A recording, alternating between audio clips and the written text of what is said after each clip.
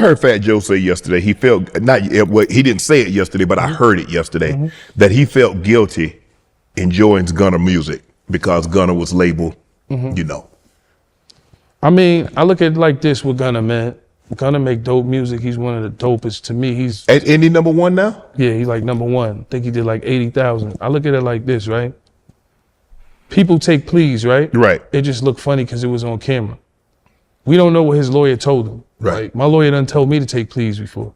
You know what I'm saying? So that's just copping out. Like, yo, I don't want to go to trial. I'm gonna take this plea. Right. So with the plea, he didn't know his lawyer. His lawyer just said, yo, his lawyer probably came and said, yo, I'm gonna get you out today. Just take this plea. Okay. I bet. You know what I'm saying? So when he took the plea, his lawyer is saying, the DA is saying, yo, this was a gang? They already felt in their mind that there was a gang. He said, yeah, he probably didn't know all that was gonna happen. He was like, yeah, I want to get out of here. Right. I gotta make my money, make this. At the end of the day, Thugga took a plea too. You're right. He do got a point right there. They all took a plea. It's just weird how everything happened. What's going on is that the streets are tricking people, and a lot of people are falling for it. You understand what I mean? Only if you knew, you would be highly surprised.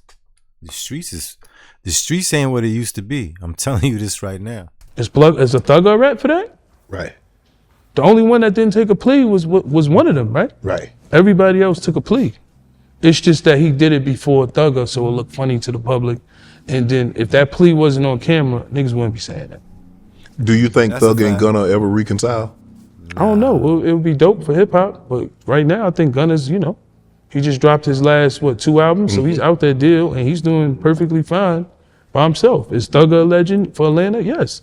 So is Gunna though. Right. But you know, I think people is quick to judge, and so the only one that could judge you is God. Right. So when you look at all the shit, yo, I don't with him, I don't with him. His music is still dope. You can't deny dope music. I don't give a if you feel like a told a nigga's this way or a nigga not gangster or is a nerd. If you drop dope music, nothing defies that. Dope music's dope music. I'm not here to judge Gunna. I'm here to listen to his music. If he drops some dope music, I'm gonna listen to it. As well as Little Baby, as well as Future. I listen to all them niggas. Right. You know what I'm saying? But dope music is dope music, bro. People at the office were so stupid. I'm gonna tell you what it was. I don't want to say the girl name, but they gave me my paperwork. I'm just from jail. I had my first day out, coming home. I got my paperwork. I didn't even check the paperwork. The paperwork had the passport in there. And the passport had my brother's name. It was a faulty passport. Oh. I go to parole and hand this shit to my parole officer. Yo, here, man. I'm excited. I'm home. I'm Tony Yayo. Oh, shit. The paperwork. Home. Get to see my daughter. She was born. Gave the paperwork to my parole officer. He was like, wait a minute. It's a passport with your face, but not your name. This is a phony document. He called the feds, and my first day out, I had to go back to the jail. I went to federal prison. What? Well, it was a reception jail, MDC. They had me in there for a minute. I was in MDC because that was like they gave me 6 months and probation because it was a federal law. Once after 9/11, you got a fake passport. Now it's federal crime. Damn. You get out one day. Just my luck. Sheesh. Life ain't never been easy for me. You're like, damn, I got buzzard luck. Hell yeah. Fuck. You know, I was in that cell like, fuck. That's when you drop a tear when you by yourself. Was that the first time you cried in jail? Nah, I mean, that was the first time, yeah. Because my first day, I'm like, nah. You out, we have freedom, you skipping up there. And you know what's up on the ride, I'm handcuffed, and I'm hearing, I want to get to know you, G-Unit song. I know that had him sick. I'm like, oh my God, bro. It's on the radio. That shit is G-Unit's playing. I want to get to know you with Joe. I'm like, damn, man. Got to my cell, I dropped a tear. We only human, man. You mentioned in 2023 that Tory Lanez would be a target. And lo and behold, Word? why was he in G-pop? Well, when you look at it, man, with street credibility, people respect you more. Like me being Tony Yayo was in general population on the island, it was more respect. Man, damn that. Damn that respect. Yeah, it was stupid. It was stupid on my part. I ain't gonna lie. But when you in PC, they look at it like, oh, yo, you in there with punks, dudes, pedophiles. You know, you ain't a real one. Only because what you rap about. If you rap about different things and you're not on gangster time, it really doesn't matter which you pick.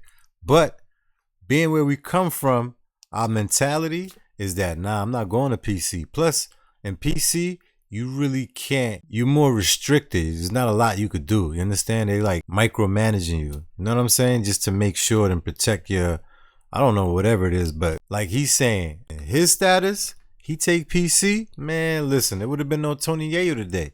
I don't even think 50 would have jacked that. The only thing is that, unfortunately, when you come from the hood, this is the mindset that this is the mindset that's instilled in you. And it's, for some reason, it's like an imaginary rope just get a hold on you, and there's nothing you could do. You got to go by it. If you understand what I'm saying, go in the comments. But that is a law. That is a law. If you talking gangster and you go to jail and you go to PC, man, listen, you better get prepared when you come out. So don't want to be in PC. It's less movement. You can't get your weed. You know, on the island, you on PC, you got police walking with you. So it's really no comfortability. And then really it's a status thing. Because let's keep it real. If he wouldn't be in PC, you wouldn't listen to his music. The kids ain't. They want it to be real. So to be hard, you gonna be in there and almost lose your life. Yeah, it was a dumb thing, general population. But it's a dumb thing. But, you know, he should have been secluded because he's a star and you the biggest target. Any rapper go to jail, you the target. You gotta make a name. Yeah. That's like with anybody, like a serial killer we saw with Jeffrey Dahmer, and we see they can't put you in G-pop. Somebody gonna make a name off you. Yeah, and it's terrible what happened to him. And you know, he should have been more secluded. Even my time on the island, when they started to know who I was, they didn't want to. They were supposed to be so-called hits on me. You know what I'm saying? But they didn't. I was leaving, so they was like, all right, we ain't gonna put him in PC. But they'll forcefully put you in there. But like Tory, they probably wanted to put him in there, and he probably was like, nah, I don't want to do that. But that's the life we live. They want you to be what your music is. You know, that's just the life we live, man. And it's a point of ignorance. But I can't say, you know, I was once ignorant. You know, we was like the first rapper showing guns on mixtapes. Right. And so I can't say, you know, I ain't have my part in some of this shit. But, you know, the whole thing is how you make it better. Right. I'd rather see a motherfucker get on than be on the block and shoot something. Because with New York rappers, we just got bad luck. We always get indicted or get killed. Yeah. But not for no reason. Yeah, right. Casanova. You know, the ones that's getting indicted, they're actually attracting the indictment. You understand? They're not just walking out their house and it's, oh, indictment. And they got to fight it and hopefully win. Nah, man. Listen, we all reap what we sow. We all cause our own demise. 9 times out of 10. Never forget that. Pop Smoke. Now, the Pop list go on and Smoke, on. he was moving crazy. I either get killed or get indicted ahead of time. Did you see Blueface new tattoo? Yeah, he got all of his face, Blueface? Yeah, he's tatted up. You getting the tats while you in? Nah. I think that tattoo is an LA thing more. Like them LA niggas put a tattoo on their forehead. New York niggas really Definitely wasn't. is. That's my first time seeing a tattoo. That's a Mexican on thing. the head. I always tell a story about Suge Knight when we ran into I think it was 118th Street. Right. And that's the first time I seen like with a full-blown tattoo on his forehead. New York niggas really don't do that shit. Right. On their face like that. When did it was probably before you, but when did we start glorifying prison culture? When was that okay? When was that a badge of honor? Man, it's a sad thing. But I think it's just been from the 80s to on. It's like graduate school and be like, yo, him, and then come from jail. And it's just like we was always trained to have some form. Yeah. Yo, send him 10,000. Yo, give him these sneakers. Yo, get him a chain. So it was like from the beginning of time, like from the 80s, yeah. Just that was the thing to do every time somebody came home. And I'm not saying anybody can't make mistakes. Mm-hmm. You know what I'm saying? But I feel like a that graduated high school or college, he should get glorified too. Yes. You know, he should have a bag waiting for him too when he graduates, not just the that came from jail. Uh-huh. You know? Yeah. But it do come a trend though, you're right. We do glorify jail. We do. And it's a up thing, because people, you know, when you really, really sit back and think about it, because jail, anybody who's in jail really don't even want to be in there. No. All the is doing life, natural life, man, I don't want to be in here. They would trade with the person that's on the outside, and it seemed like the person on the outside trying to do everything they can to get on the inside. Right. Because usually when you see like the dudes that do long bids and come home, They come home, find the lady, relax. They don't never want to go to jail again. They do 20, 15. But the dudes that do like short bids, 5, 5, 5, 2, 2, 2, they always go back to jail. I don't know why it's like that. But really learn their lesson when they do that long. They do that long stretch. Mm-hmm.